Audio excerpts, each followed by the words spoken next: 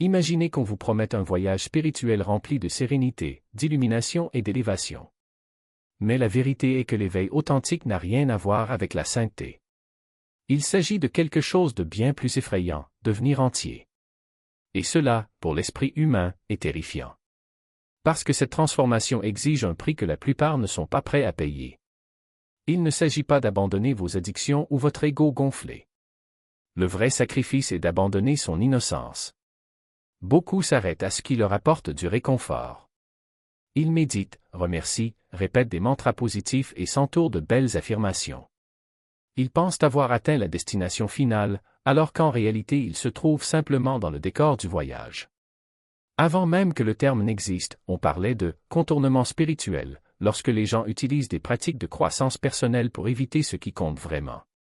Ils atteignent ce qu'ils croient être l'illumination, mais découvrent qu'ils ont construit une prison de lumière autour de leurs ombres. Le véritable voyage n'a même pas commencé. Il y a quelque chose d'inquiétant dans les archives privées de Jung.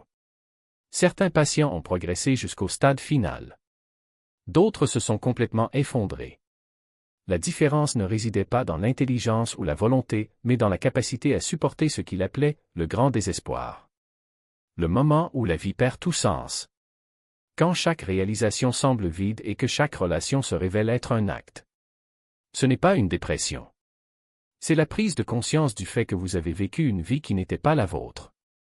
Pour comprendre ce que Jung a découvert, nous devons revenir au début. Dans son bureau de Zurich, il a vu des gens qui avaient ou bien fait, des carrières brillantes, des familles aimantes, des vies qui suivaient à la lettre les règles de la société.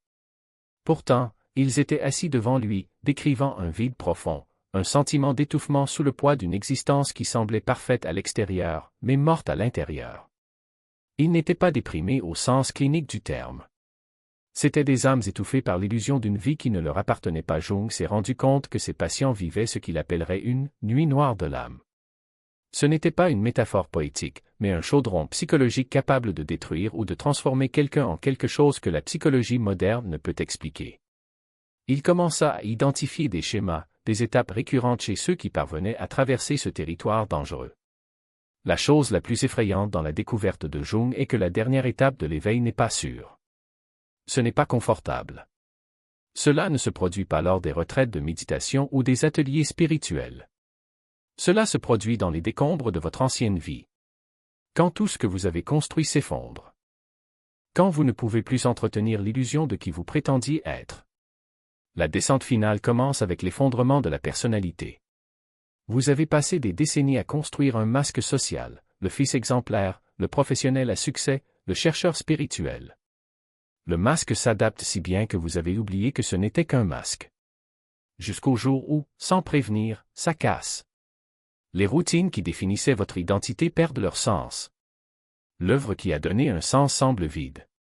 Les pratiques spirituelles qui ont apporté la paix sonnent désormais creux. Les amis qui vous dynamisaient autrefois vous épuisent maintenant. Jung appelle cela la mort du faux soi, mais cela ne ressemble pas à une renaissance.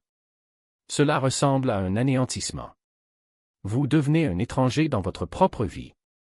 Les gens remarquent que quelque chose a changé et demandent si tout va bien. Vous dites oui, parce que la vérité est trop troublante pour être racontée. La vérité est que vous voyez toute votre identité se dissoudre et vous ne pouvez rien faire pour l'arrêter.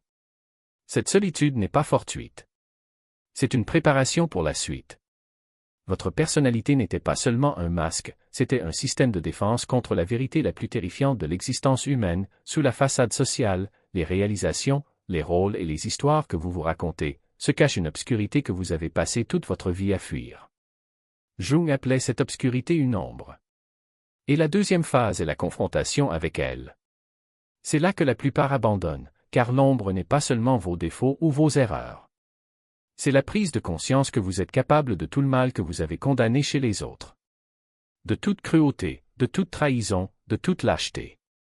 Jung a découvert que nous projetons nos ténèbres sur le monde afin de ne pas les voir en nous-mêmes. Nous traitons les autres de manipulateurs pour ne pas admettre notre propre manipulation. Nous condamnons l'avidité des autres à nier notre propre mesquinerie. Soyons clairs, la personne que vous avez jugée pour avoir menti? Vous êtes cette personne. L'ami qui l'a trahi? Vous portez cette capacité. Le narcissique qui l'a utilisé? Il vit dans ton ombre. Chaque qualité que vous méprisez chez les autres existe en vous. Pas comme potentiel, mais comme réalité. Vous avez fait ces choses pas nécessairement en action, mais en pensée, en désir, dans les recoins les plus secrets de votre esprit, là où vous vous autorisez à être qui vous êtes vraiment. La dernière étape nécessite que vous supprimiez toutes les projections. Arrêtez de blâmer vos parents, votre partenaire, la société. Regardez-vous dans le miroir et voyez la vérité, vous n'êtes pas une victime des ténèbres. Vous êtes les ténèbres prétendant être la lumière. C'est l'étape la plus difficile, car elle détruit votre supériorité morale. Vous ne pouvez plus être le bon qui juge le mal. Il doit devenir l'être tout entier qui contient à la fois le saint et le pécheur. Si vous avez déjà senti cette vérité vous transpercer la poitrine comme une lame, vous n'êtes pas brisé. C'est en train de casser. Mais la douleur ne s'arrête pas là. En fait, cela s'intensifie. Affronter l'ombre n'est que le début. La troisième phase est la mort de l'ego. Pas la version enrobée de sucre des maîtres spirituels, où vous transcendez l'ego par la méditation. La mort brutale et crue où tout ce en quoi vous croyez s'effondre. Et ce qui reste, c'est ce qui a toujours été là, attendant d'être vu. La vérité que d'autres refusent encore de voir. Vous revenez, mais il n'y a pas d'applaudissements. Il n'y a pas de reconnaissance. Il n'y a pas de cœur de voix disant « Tu es enfin là ». Parce que la véritable transformation n'est pas un trophée à afficher. C'est une blessure qui ne guérit jamais complètement et c'est exactement là que la lumière entre. Les autres ne veulent pas voir ce que vous avez vu. Ils préfèrent leurs masques intacts, leurs mensonges confortables, leurs petites certitudes qui les protègent dans la médiocrité. Et quand vous revenez, les yeux dégagés de toute illusion, ils sentent le danger. Non pas parce que vous êtes une menace, mais parce que votre présence révèle la fragilité de vos propres constructions. Vous ne parlez plus leur langue. Non pas parce qu'il est devenu supérieur, mais parce que les mots ont perdu le poids qu'ils avaient. Succès, bonheur, devoir, tout cela ressemble à un bruit de fond, à l'écho d'un scénario que vous avez déjà déchiré. Vous ne discutez plus de politique, de religion ou de moralité parce que vous savez que ce ne sont que des batailles d'ego déguisées en idéaux. Vous ne vous souciez pas de convaincre qui que ce soit, car vous comprenez que la vérité n'a pas besoin de défenseurs. Elle l'est tout simplement. Et ceux qui sont prêts à le voir le verront. Les autres continueront à se battre pour leur drapeau, comme des enfants en compétition pour savoir qui possède le jouet le plus coloré. Votre compassion est différente maintenant. Ce n'est pas la compassion douce et condescendante qui dit « le pauvre », tout en maintenant l'autre dans sa faiblesse. C'est la compassion qui vous regarde dans les yeux et vous dit « je vous vois ». Et vous êtes capable de bien plus que vous ne le pensez. Vous ne sauvez personne. Non pas parce qu'il a froid, mais parce qu'il a appris qu'épargner est une illusion. Les gens ne se sauvent que lorsqu'ils cessent d'attendre un sauveur. Vous l'êtes tout simplement. Cadeau. Aucun jugement. Aucune attente. Et cela, pour beaucoup, est insupportable. Vous n'avez plus peur de la solitude. Parce qu'il a découvert que la solitude n'est que le prix de l'authenticité. La foule est bruyante mais vide. Les relations sont superficielles parce que personne ne veut approfondir suffisamment pour voir ce qui existe réellement. Et vous ne vous en souciez pas. Non pas parce que vous êtes devenu indifférent, mais parce que vous avez appris que le véritable amour n'exige rien en retour. Ça coule. Vous aimez sans possession. Aimez sans peur. Aimez même ceux qui ne peuvent pas vous aimer en retour, car vous comprenez que l'amour n'est pas une transaction. C'est un état d'être. Vous ne cherchez plus de sens. Parce que le sens est une autre construction de l'esprit. Vous vivez simplement. Respirez. Acte. Sans avoir besoin que chaque geste ait un but plus grand. La vie n'est pas une énigme à résoudre. C'est un mystère à vivre. Et vous vous êtes enfin permis d'en faire partie. Non pas en tant que spectateur, mais en tant que participant. Non pas comme quelqu'un qui regarde la danse, mais comme quelqu'un qui danse même sans musique, même sans public, même sans applaudissements. D'autres vous traiteront de fou. Du froid. Détaché. Ils ne comprennent pas que vous n'avez pas perdu votre humanité, vous l'avez trouvée. Parce que la véritable humanité ne se trouve pas dans les larmes faciles ni dans les gestes grandioses. C'est dans le courage d'être petit. Être commun. De n'avoir rien de spécial. Et c'est précisément là, dans ce lieu que fuient la plupart des gens, que vous découvrez ce que vous avez toujours recherché, la liberté d'être simplement. Et quand quelqu'un vous demande « Qu'avez-vous appris ?», vous souriez. Non pas parce que vous avez une réponse toute prête, mais parce que la question n'a plus de sens. Vous n'avez rien appris. Vous avez désappris. Et c'est tout. Ce que les autres ne peuvent pas voir, vous le ressentez. Ce que les autres refusent de ressentir, vous le savez. Ce que les autres nient savoir, vous le portez déjà en vous. Vous êtes calme et chaotique parce que vous avez été au fond. C'est dangereux de la meilleure façon possible, car rien ne peut vous menacer de perte, vous avez déjà tout perdu.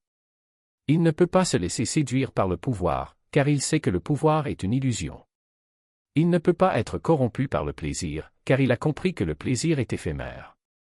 Il est devenu ce que devient tout empathe éveillé, impossible à manipuler, impossible à contrôler, impossible à briser.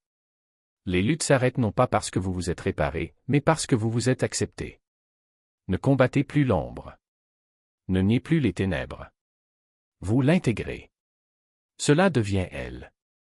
Et, en le devenant, il le transcende. C'est le paradoxe que seuls ceux qui sont arrivés jusqu'ici découvrent. La seule façon de devenir lumière est d'abord de devenir ténèbres. La seule façon de devenir entier est de vous briser complètement. La seule façon de se réveiller est de mourir en respirant encore. Ceux qui arrivent à ce stade parlent d'une paix étrange. Pas la paix d'avoir tout résolu, mais la paix de savoir que cela ne le sera jamais. Non pas la paix d'atteindre l'illumination, mais la paix de réaliser qu'il n'y a rien à atteindre. Pas la paix de devenir entier, mais la paix de comprendre que vous étiez toujours entier. La fragmentation n'était rien de plus qu'une histoire. Jung a écrit que le privilège d'une vie est de devenir qui l'on est vraiment, mais il en connaissait le prix. La plupart des gens ne le paieront jamais. Ils vivront et mourront dans le personnage, projetant leur ombre jusqu'à leur dernier souffle. Ils s'accrocheront à l'ego même s'il les étouffe. Vous n'atteindrez jamais l'étape finale car elle exige quelque chose que la plupart ne peuvent pas donner, la volonté de n'être personne, le courage de n'être rien, la force de laisser mourir tout ce que vous pensiez être pour que tout ce que vous êtes réellement puisse naître. Ce chemin n'est pas pour beaucoup. C'est pour les rares personnes qui ne peuvent pas rentrer. Car ceux qui ont trop vu, trop ressenti, ne peuvent plus faire semblant. Si vous lisez ceci et que votre poitrine se serre, vous en faites partie. C'est en train de descendre. Il fait sombre. C'est dans la mort qui précède la renaissance. Jung n'a jamais écrit cela dans ses œuvres publiées, mais l'a enregistré dans son journal intime. Il a lui-même vécu ce processus. Sa confrontation avec l'inconscient, entre 1913 et 1919, constitue sa propre descente vers l'étape finale. Il a documenté des visions et des rêves qui, s'ils étaient partagés publiquement, l'auraient conduit dans un asile de fous. Il a vécu la mort de son identité professionnelle, la dissolution de son ego, la liberté terrifiante de ne plus savoir qui il était. Et il est revenu transformé. Si vous lisez les œuvres de Jung avant et après sa nuit noire, vous sentirez la différence. Avant, c'était un brillant psychologue. Ensuite, il était autre chose, un mystique, un prophète, un homme qui était allé aux enfers et qui en revenait avec un savoir qui ne pouvait pas être transmis directement. Il a passé le reste de sa vie à essayer de créer des cartes pour les autres, laissant des miettes pour que ceux qui le suivaient ne se sentent pas aussi seuls dans l'obscurité. Mais il connaissait la vérité, l'étape finale ne s'enseigne pas. Cela ne peut être que vécu. Aucun livre ne vous prépare à cela. Pas de guide principal.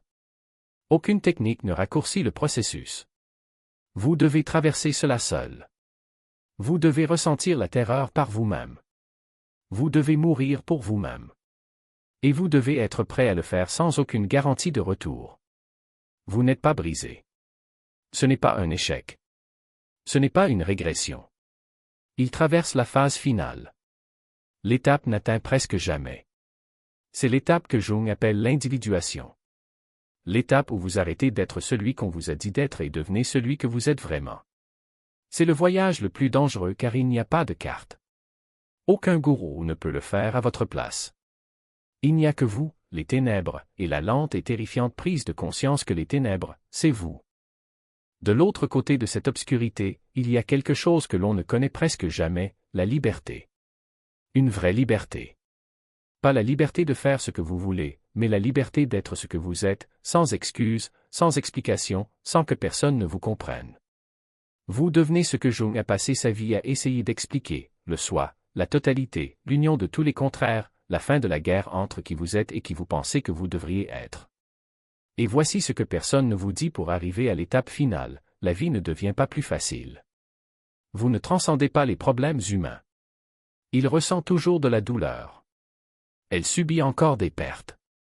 Il est toujours en colère, triste et effrayé. Mais votre rapport à ces expériences change complètement. Vous ne vous identifiez plus à eux. Ressentez-les pleinement, sans pour autant les devenir. Vivez les émotions comme un climat passager intense, réel, temporaire. L'individu ne contourne pas la douleur avec des concepts spirituels. Elle le ressent complètement, mais ne crée pas d'histoire à ce sujet. Ne demandez pas « Pourquoi moi ?» Ne cherchez pas de sens. Permettez simplement à la douleur d'être de la douleur, au chagrin d'être du chagrin, et à la peur d'être de la peur. Et dans cette permission, quelque chose de miraculeux se produit, les émotions coulent plus vite, elles ne restent pas bloquées, elles ne se transforment pas en traumatisme. Ils deviennent une expérience. Jung appelle cela la fonction transcendante, la capacité de maintenir deux opposés en même temps sans avoir à les résoudre. Vous pouvez être dévasté et bien en même temps. Vous pouvez avoir peur et être courageux en même temps. Vous pouvez être à la fois incertain et confiant. Il ne s'agit plus d'essayer de se limiter à une seule chose. Vous êtes l'espace qui contient toute chose. Sur la voie de l'alchimiste, l'entraînement à la perception pour les empathes transforme la souffrance en sagesse avec des exercices pratiques, des limites d'inspiration jungienne et un guide étape par étape pour affiner votre vision. Ce guide comprend 3 vidéos exclusives pour approfondir chaque leçon. Écrit par Serial Mind, 236 pages, un e-book magnifiquement conçu au format 8,5x11, disponible en téléchargement immédiat. Commencez votre formation aujourd'hui. Ressentez profondément tout en pensant clairement. Obtenez The Alchemist's Way sur deserialmain.com.